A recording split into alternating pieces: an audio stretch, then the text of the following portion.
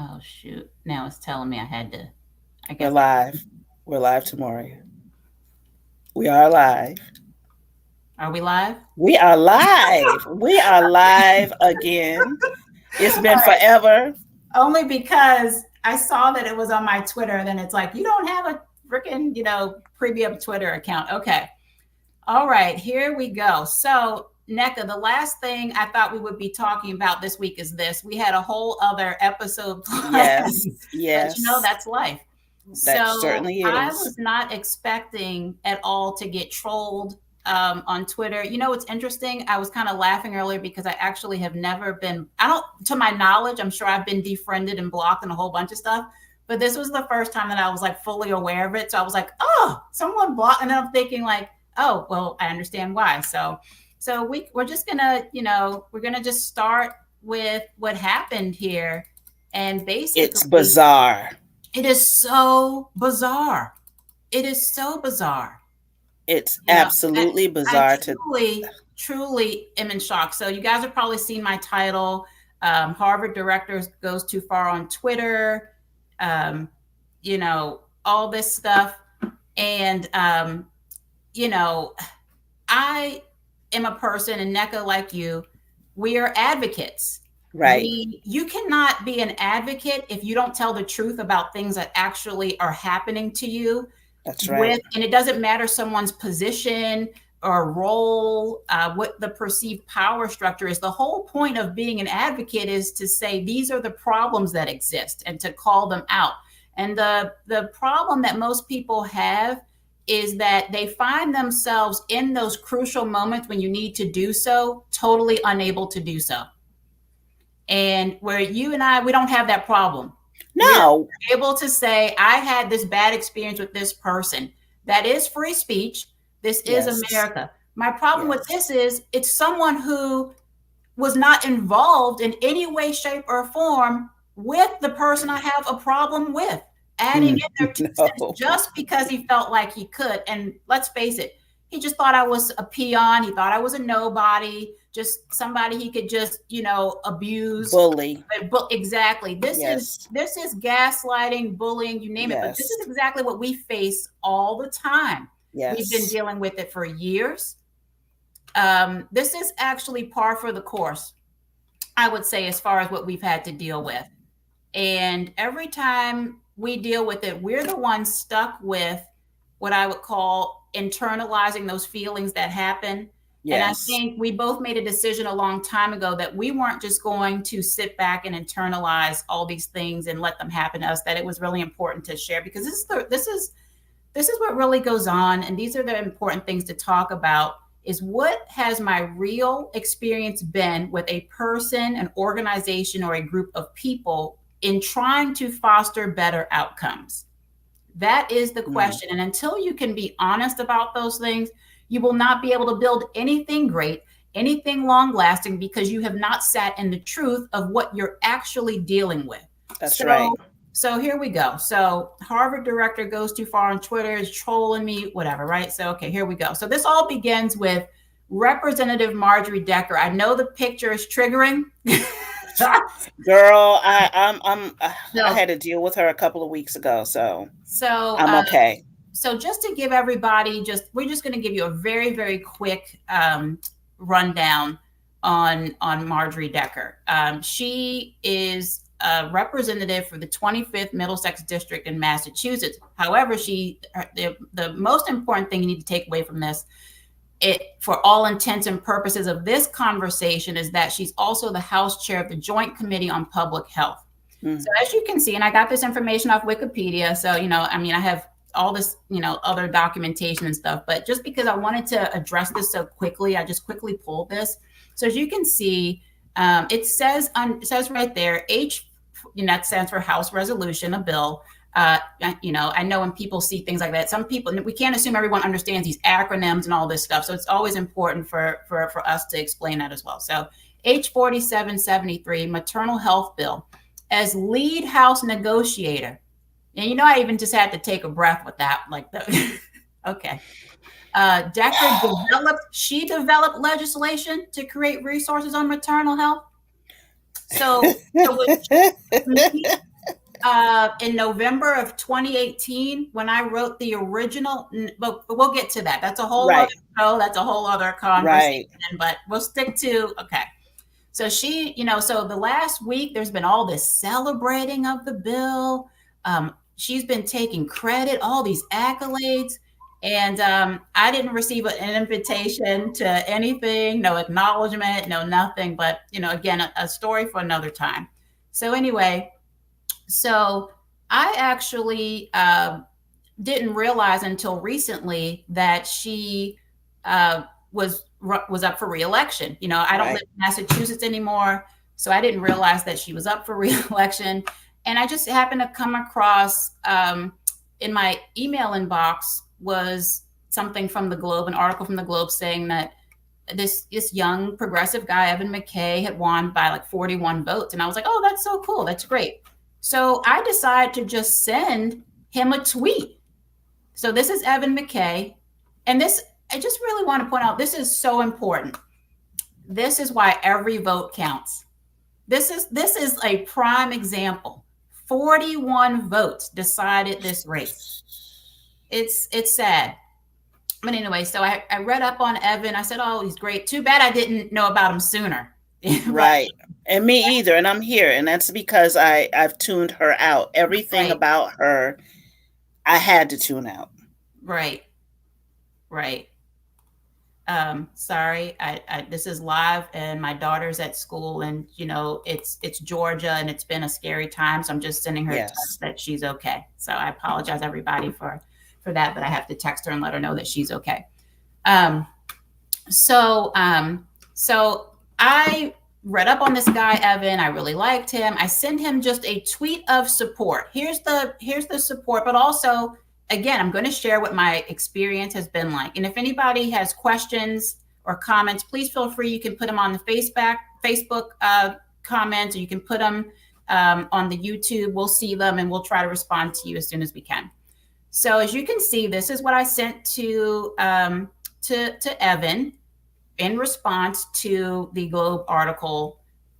As women who endured racist behavior from Marjorie Decker and watched her recently take credit for a health equity bill we spent years working on, NECA Hall and I wish Evan for Cambridge well. It is time for new leadership and someone who does not silence strong voices. What's wrong with that? Nothing. Somebody had a problem with it though, NECA. Somebody felt very strongly and really had to put me in my place. Yes. You needed to grow up. You needed to mature. Come on now.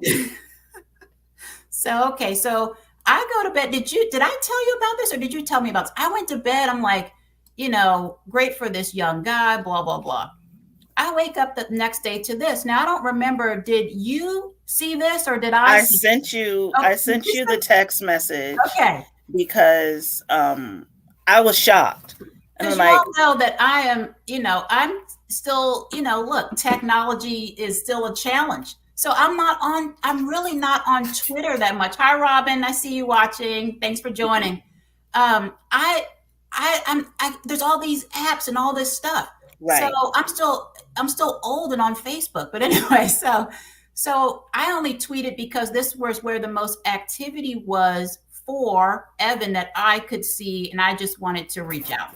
Right. So you send me this, and it's this Eric Anderson guy who I don't know who this is. I've never had any interactions with this person. Obviously having lived in Massachusetts for so long and working on so many pieces of legislation and different community events and initiatives and all this stuff, I'm pretty familiar with a lot of people in the space. And so it was a new name. So I thought, oh, okay, it's just whatever. It's, it's just some random dude.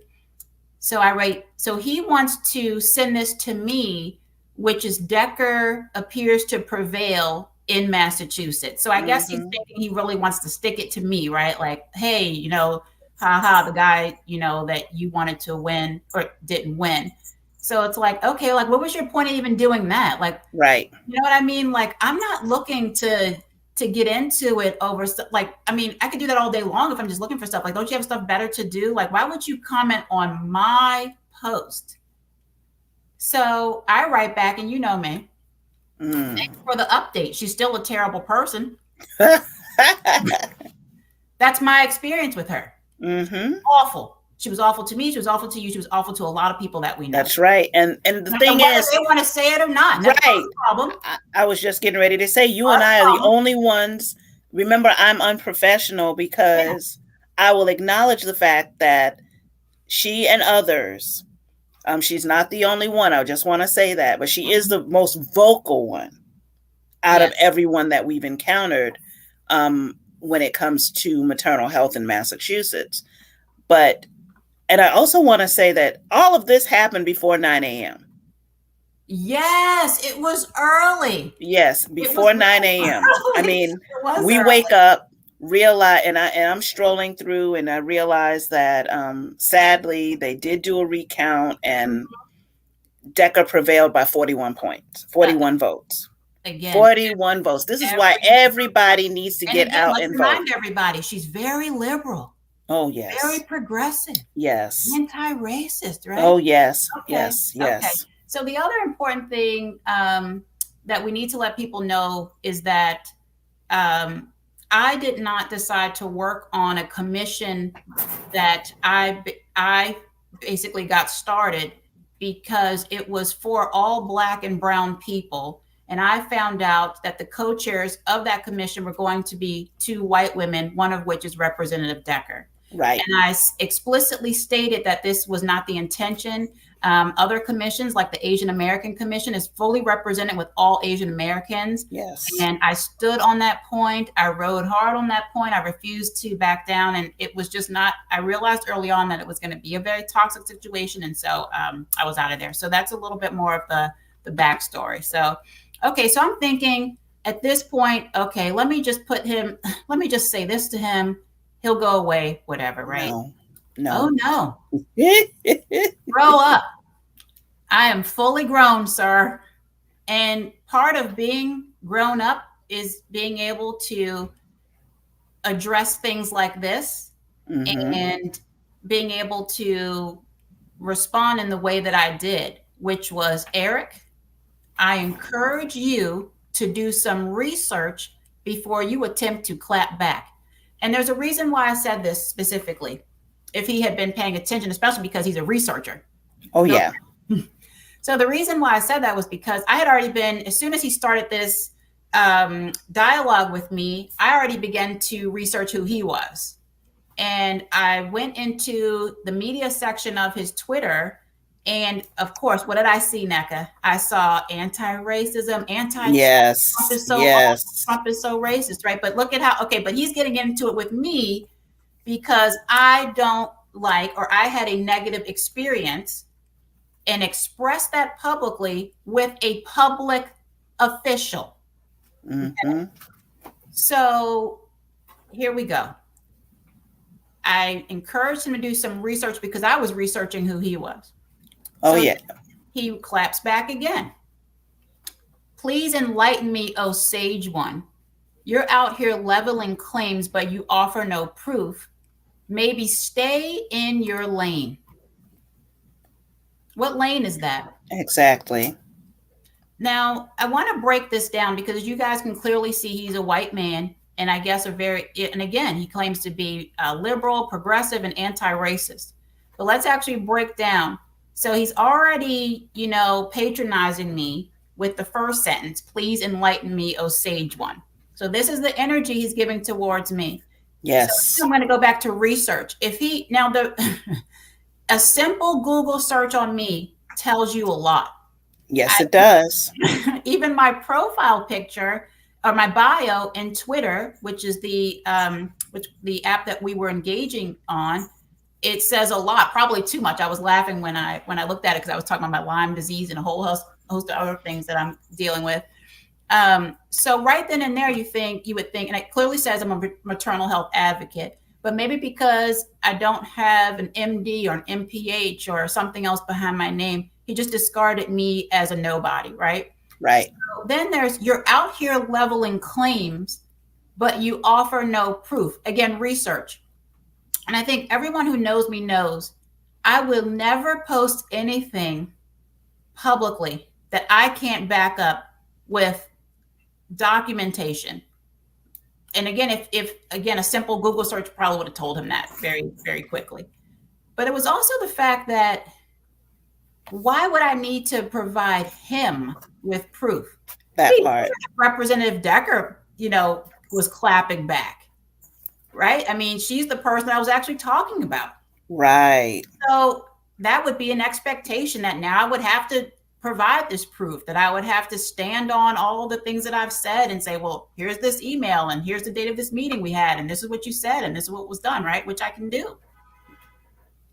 But he felt that I had something to prove to him. And what I don't understand is, especially at this point, who are you? I don't know you. Why are you demanding this of me? Again, from your anti-racist stand, your liberal and progressive, viewpoint, right? You are now putting demands on me as a Black woman to provide you proof because you don't believe that this was my actual lived experience. And that exactly is part of the reason.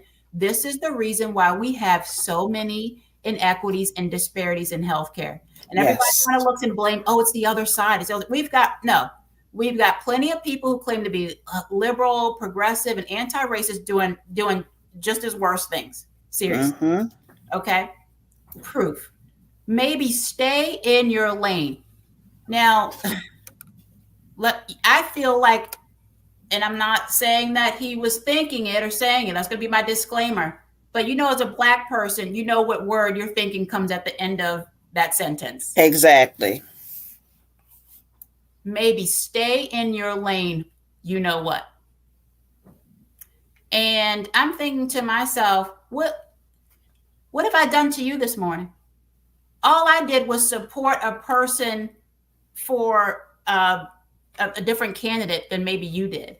But this is the energy that you're giving me this morning, right? So then you see my response. You know me very well, so obviously I'm not taking anything lying down. So I write, let me guess, you are quote unquote liberal, progressive, and anti-racist, yet continue to come after me because I express my opinion about a legislator. Unreal. So here he comes back again. And remember you texted me, you go, oh girl, because I really couldn't believe he kept going. He kept going. You texted me, I said, I can't believe he's still going. So here we go again.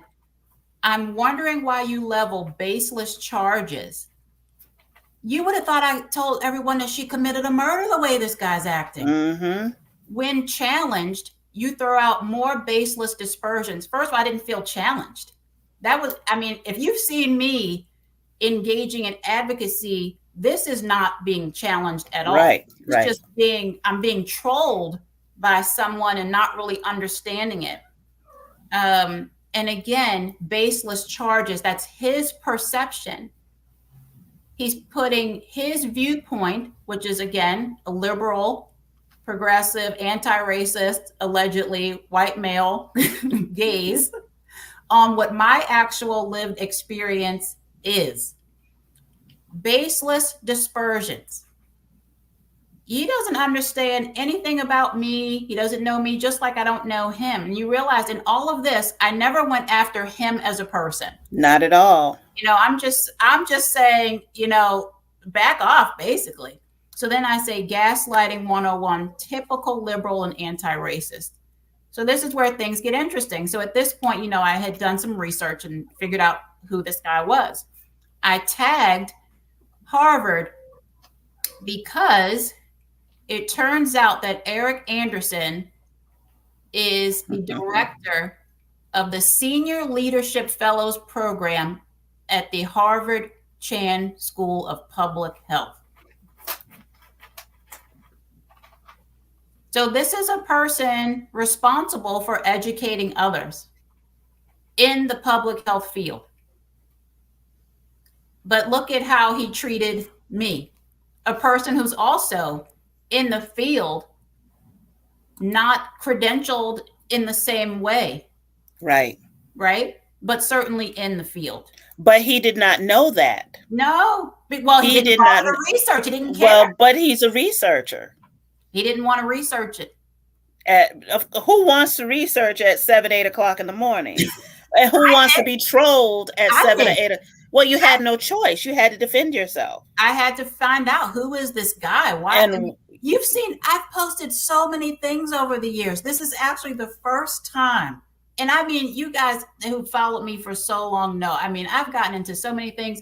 This is the first time that I've had anything like this happen, especially from someone with this type of a high level position. So after I tagged Harvard, I'll go back a couple of slides. You can see it says, this post is from an account that no longer exists.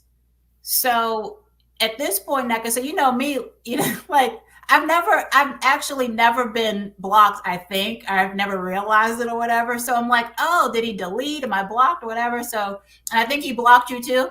He did. Yeah. You were just tagging the post. Your comment was just like, take your own advice or something. Yeah. You were a casualty in this war. Well, see, he didn't say anything about what I posted. No.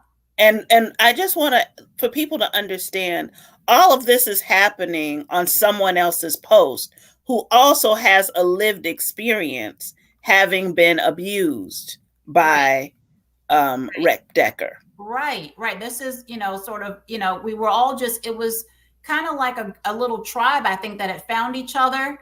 Yes. Said, hey, we need a support group. Yeah, we should start a support group. You know, and so that was, yeah, it was interesting. So I did my research and I found so much stuff because I'm a researcher. Imagine that. I don't have a PhD, I don't have an MD, I don't have an MPH, but I know how to Google. And I'm learning how to highlight. I'll highlight better in the future. Girl.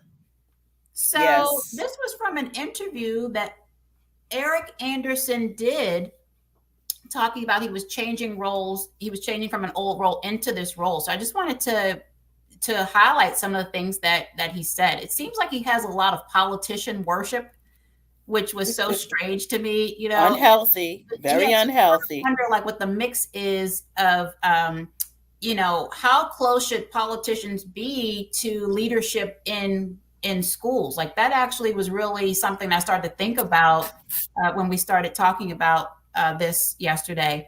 So he says here, politicians are not devious and they do not have ulterior motives. My experience has been that, and this goes for Republicans, Democrats, and everyone in between. They care about their country and want to make the world a better place. They might do it differently than each other, you know, but at the end of the day, these people are passionate. Well, you can have a lot of passion, but still do a lot of damage. That part. That's just a fact. It depends on what you're passionate about. Your passion can cause a lot of damage, right? And their passion should not cause. I mean, I know they've been so passionate with me that I'm sick for days after interacting with certain ones. Yes. And then, you know, when I was, a friend saw my post yesterday and she saw the tweets and she said, I am so sorry that you have to internalize this negativity. Mm-hmm.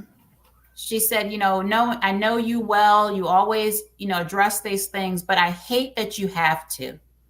I hate that this happened. I hate that you always have to be on this side of things, right? And yes. I said, unfortunately, it is what it is. I think it's most unfortunate to have someone like this in a role like this. That's what's fortunate, that there's actual students who have to learn from a person capable of this type of behavior. So then he goes on to say, and he was making sure that they created a bipartisan program where they attract students from different ideological points of view. Well, that's interesting because he didn't like my point of view. Not at all. He was not having it. Mm-mm. He was upset. And he was. His goal was to shut me down, put me in my place, to the point where we were like, are they dating? What's Are they related? We're trying to figure out exactly. So my first thought was, does he work in her office? Are they dating? Is this her cousin? Like, we were like, what is the deal? What is this connection? But why are you so hell-bent on protecting a person who I said caused us harm, instead of, right, in this role where we're talking about different points of views? How about being a leader, being a teacher, and asking, well, what happened? He could say, this hasn't been my experience with Representative Decker at all. Wow. What happened to you? I want to know more about that. Yes. In the spirit of, we need to honor different points of view.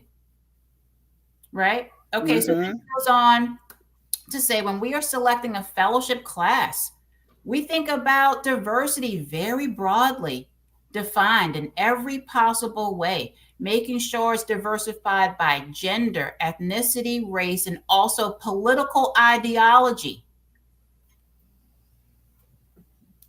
So, but he obviously, is supportive of Representative Decker, and that's his right.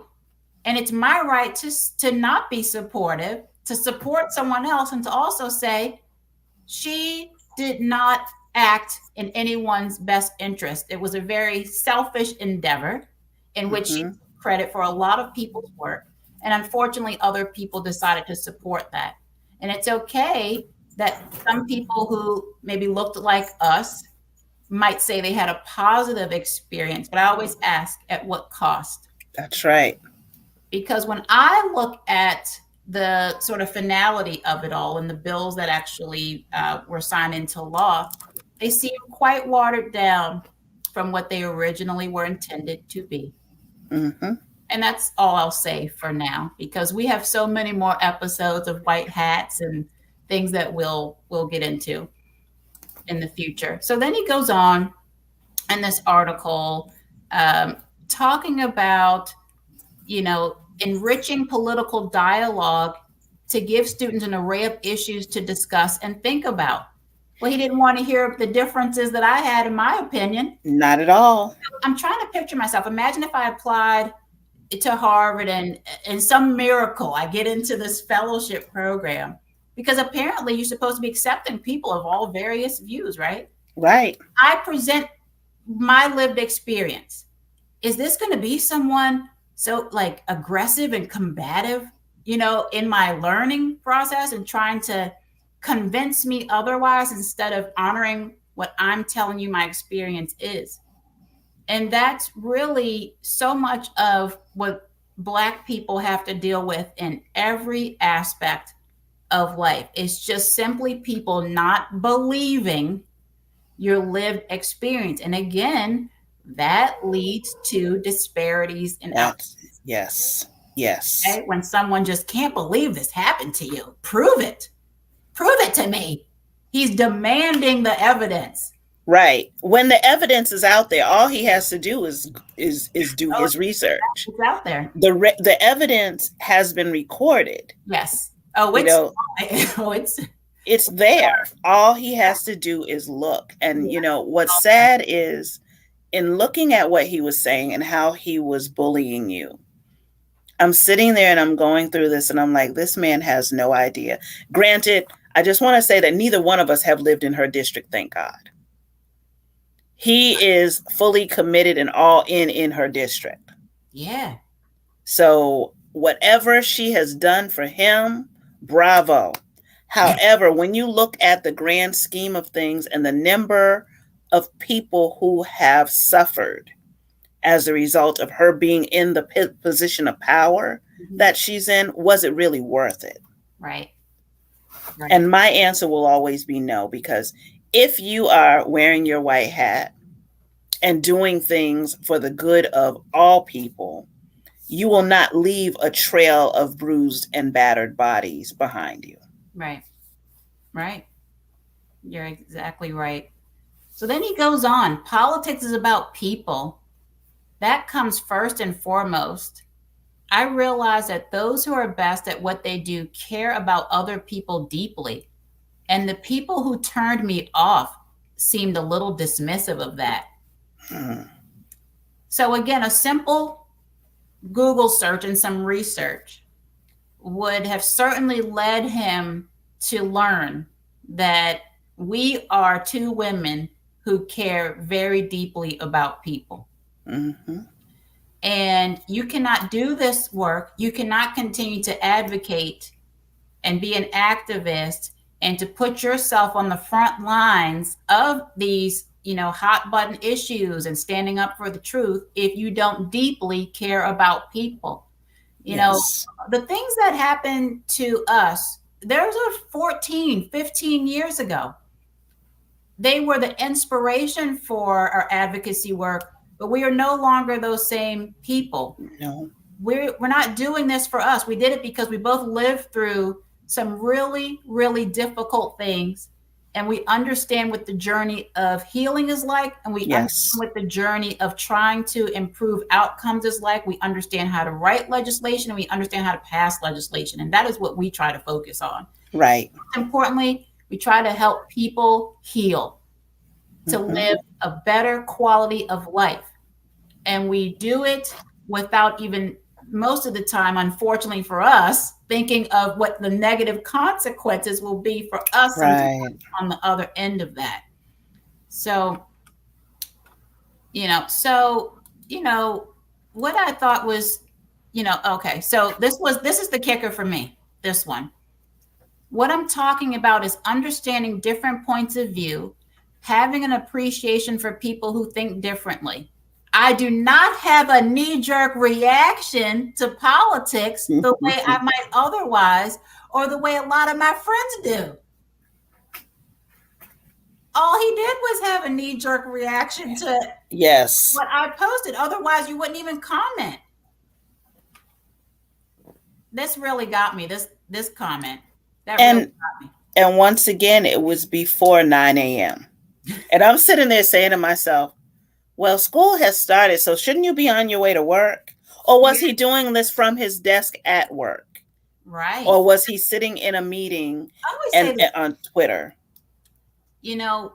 What I'll say is, would you be proud to show your students this? No. This interaction? Well, that's why he deleted it, right? He tried to I guess he thought, I'm some Joe Schmo, I'm not going to be screenshotting, researching you, looking up your life and all that. As soon as I tagged his job, he was out of there.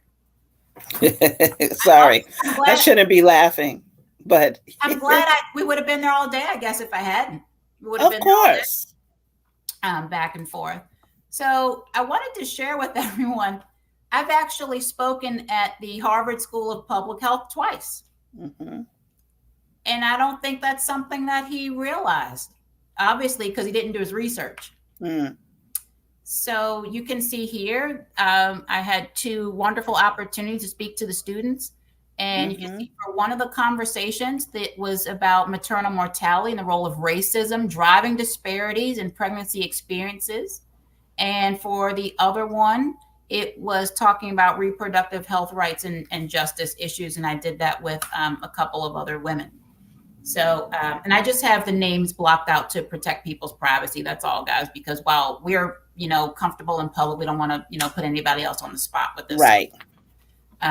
So I wanted to share this next slide because, this is what gaslighting does, makes you feel like you're the only person that feels this way about someone. But this was a tweet from a person, it says Black Jew.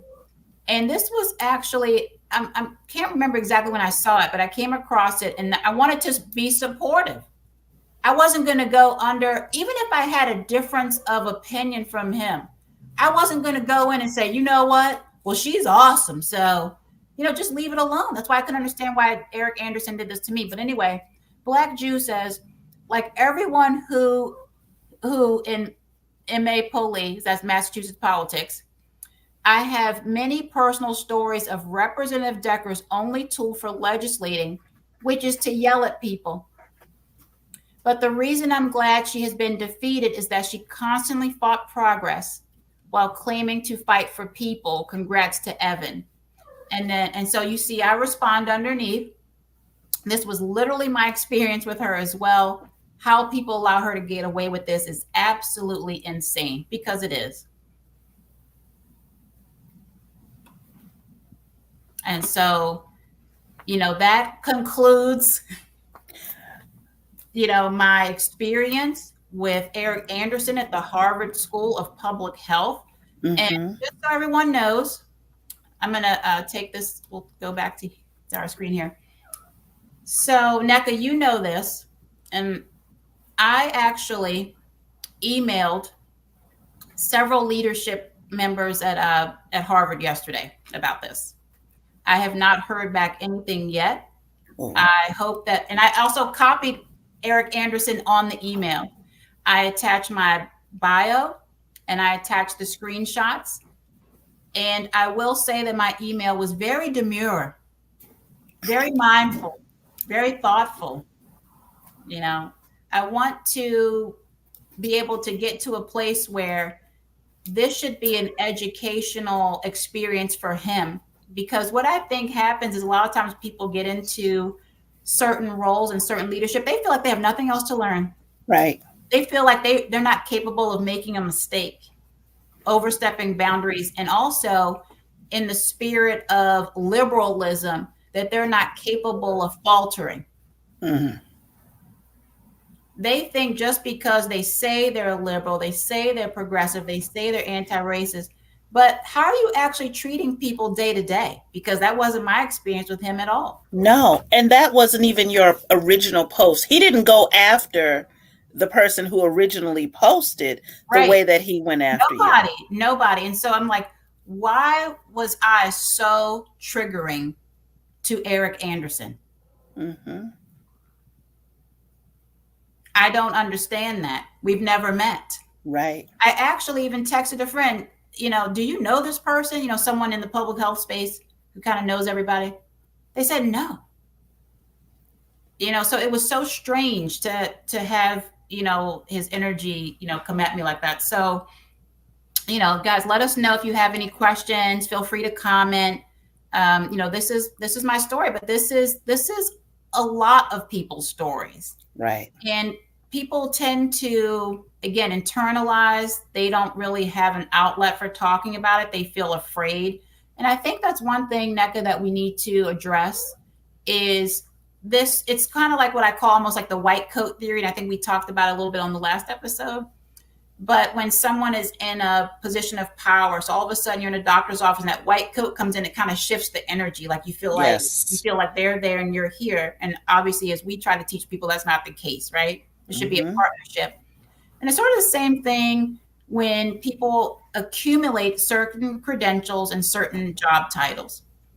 And as it concerns politicians, they're starting to, it's really becoming a problem where I think it's becoming almost like a little bit too much of a celebrity instead of a public service person, where we're having a worship of people who they're not there to entertain. We are not focusing on the fact that they're there to improve your quality of life. That's right. They're there to write legislation to improve your health outcomes, your education outcomes, your economic outcomes. That's their job. Their job is not to just, let me go to the party, let me go to the ribbon cutting, let me do this, let me do that. So I feel like even in some of his comments, there was like almost like this, like, how dare you speak to this politician like this, you peon. It was sick. This is me, Eric. This is what I do. Right. I actually say it to their faces that, they're not always so great, that they're not always the best to work with on projects, that they can be problematic, because that has been my lived experience. I certainly have had some wonderful experiences, but I'm definitely not ever going to shy away from talking about, the other side as well, because that's the most important piece, because that's what people have to know, is that getting to a point where you are passing legislation takes years to do. Yes. It takes teams of people, years to do. and having a collective goal of improving outcomes. And it's okay to say that the experience wasn't always amazing. Right. It still gets done, but we have to stop looking at legislators, I think, is like almost like celebrities. It's so strange. People are afraid to email them, afraid to call them, afraid to make appointments with them. That's their actual job. Right. It's so strange. I don't know how we've gotten to this place. Well, they've been, oh, sorry, go ahead. No, I was going to say, sometimes I'll go somewhere and, obviously like just tell someone, hey, I tried to set up a meeting or call you or whatever, and I don't like that you didn't get back to me. And then I'll have another person say, I can't believe you said that right to their face. Well, when else am I supposed to say it? They're right there. That's the perfect opportunity. I finally have them as a captive audience. Right. And that's usually when finally something gets scheduled, and then we can move on with actually accomplishing something that will, again, improve an outcome. What were you going to say? I was going to say, people put them up on such pedestals and make it seem like we cannot approach them, when literally the only way that we can vote and decide who's going into office is by getting to know them almost intimately. So if they're not approachable, how are you going to elect them? Right. Yeah. So, how would you have responded to Mr. Anderson? I would have blocked him. It was too early in the morning. I hadn't had my coffee yet. And I'm sitting there watching this nonsense saying, wait a minute, you work, once we found out where he worked, I'm like, wait a minute, shouldn't you be at work or on your way to work? Yeah, it was wild. It's not summertime anymore. School is in session. What is really going on here? Go ahead. I was just wondering what triggered this response. Yeah. But I would never, I can't think of one legislator that I would have this response for. I would act like this for. I can't. No. Is that like a severe, if does he like her like that? So strange. Is this some sort of infatuation? It was so strange. It's kind of sick. Yeah. It was very shocking for me. Again, I'm used to, I'm not afraid to get into it. Obviously, me, I step into the ring of advocacy. I go toe to toe with people. I don't have a problem with that. But this was just so far left field. And then you knew he was wrong when he blocked. See, I don't go into all that block and stuff, because I'm like, you know what? If I'm starting something with you, I'm going to finish it. That's right. I have points I need to prove or whatever. Or again, in the sake of, diversity in voices, let's get into it. Let's have a conversation. Again, he should have asked me, why do you have this issue? That's sad to hear. That's how I try to relate to people. Mm-hmm. We might have a disagreement about certain legislator or certain policy or anything else. And I'm like, well, tell me what your experience has been like. I'd like to learn more about that. Not trying to shut someone down. It's okay for someone to have a different experience, a different opinion, but that's also so much of what's wrong right now in politics is, just having a different opinion, not being a part of collective think tanks and just going with the flow. And we've gotten to a really bad place when it's a shame when people try to bully you because you have a difference in opinion about someone. Right. And my lived experience and your lived experience, those are our personal experiences. Who is he to say this did not happen? Yeah. To me, those are just things that you don't touch. No. You don't touch. And just the demand for the proof. I have to go back to this because it's wild. I got to go back to this. It was so interesting. I got a lot of texts yesterday specifically about this one. I can't tell you how many people texted me, stay in your lane. Right. Nasty. Mm-hmm. But this is, so I would love to know, how Harvard feels about this. Is this representative of the culture? That's my question. Is this I what hope the not. fellows are learning, to treat people with differing opinions? Is this the But influence that students are getting? but it would explain a lot. I mean, look at the work that we've done and how people have treated us, and how when Mhm. we walk into the room, we're almost treated like we don't belong there. Because they know they're like, oh no, here's the people that are going to tell the truth. This is terrible. I want to hear the truth. I want to hear that everything I'm doing is amazing. Oh no, here they come. They're going to find a hole in my plan. And not only will we find it, we're going to express it to everyone in the room. So that, but again, how can you move forward? I don't ever want to be around a group of people who's just agreeing with me, Not at all. especially in certain roles. The Yeah. whole point is to have those different viewpoints, to have people smarter than you, people engaged in different communities than you, so that you're always getting a balance. You need yeses and you need nos. You need people who look in your face and say, I don't like your idea. I don't like your policy. This is what I see is wrong with it. And, it's okay to accept that criticism. It makes you a better person. But I don't think some people think like that. They just want to, again, it's all about shutting what you're saying down and proving that they're right. Hmm. We have to be better than that. So, so thank you guys for watching, and thank you for your support. I really appreciated people who reached out to me and were also just really taken aback by this. And on my Facebook, if you feel like sending a message to Harvard, all the contact infos are there in my public Facebook post, which will be right below this post. So thanks again, Nneka. Thanks for joining. Anytime. The white hats, honey. This was bizarre. It was so crazy. It really was. And like I said, before 9 a.m. Yeah. It might have even been like before 8 a.m. I don't know. I know it was early. Because for my Lyme disease, I have to take like a million medications. So I know I wasn't like, I literally wake up and take like 5 pills. So I hadn't even taken, I was on like my second or third one. So I knew it was early. I was like, what? Yeah. And I'm like, it's too early for this. Yeah. I was like, this is really, really nuts. So, but we'll see. So like I said to everyone, I've written Harvard a letter.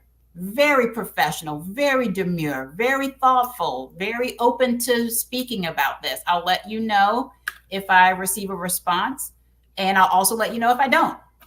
So have a great weekend, everybody, and thanks for joining us on White Hats, and we'll see you next week. Take care.